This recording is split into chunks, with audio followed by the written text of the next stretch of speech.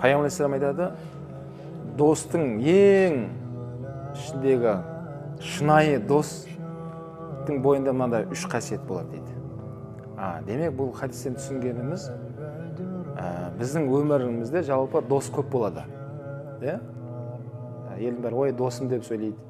Ой мен мына доспен араласам дейді, басқа дейді. Бірақ солардың ішіндегі шынайы достың бойында мына 3 қасиет болады.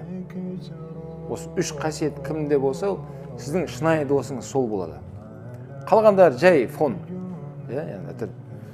Өзінің бір мақсат үшін, бір көздеген мүддесі үшін жүрген болуы мүмкін, жаңында дос болып. Уақытша дейді оны. Өзінің сол жететін бір деңгейге жеткенге шейін адам пайдалануы мүмкін.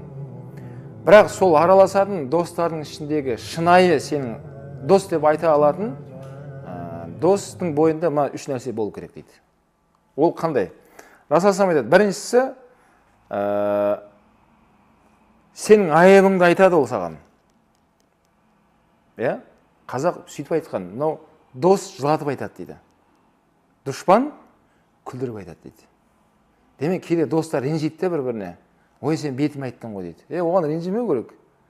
Расул айтады, нағыз достың ішіндегі ең шынайы дос сол саған дейді. Насихат біреу саған айтса, өзіңе жеке, досым, мен сен өзіңе айтайын жүр. Өйткені ол өзіндегі жақсы нәрсені ол саған тілейді. Сенің көре алмай атқан жаңағы айыбыңды ол досың көріп тұрады. Дос. Сол үшін өзіңе насихат айтқан досқа ренжімеу керек. Бәлкім оның астын сызып қой керек, менің шынайы досым осы екен ғой деп. Сенің айыбыңды айтса егер саған. Екіншісі, хафизака мин ғайбук.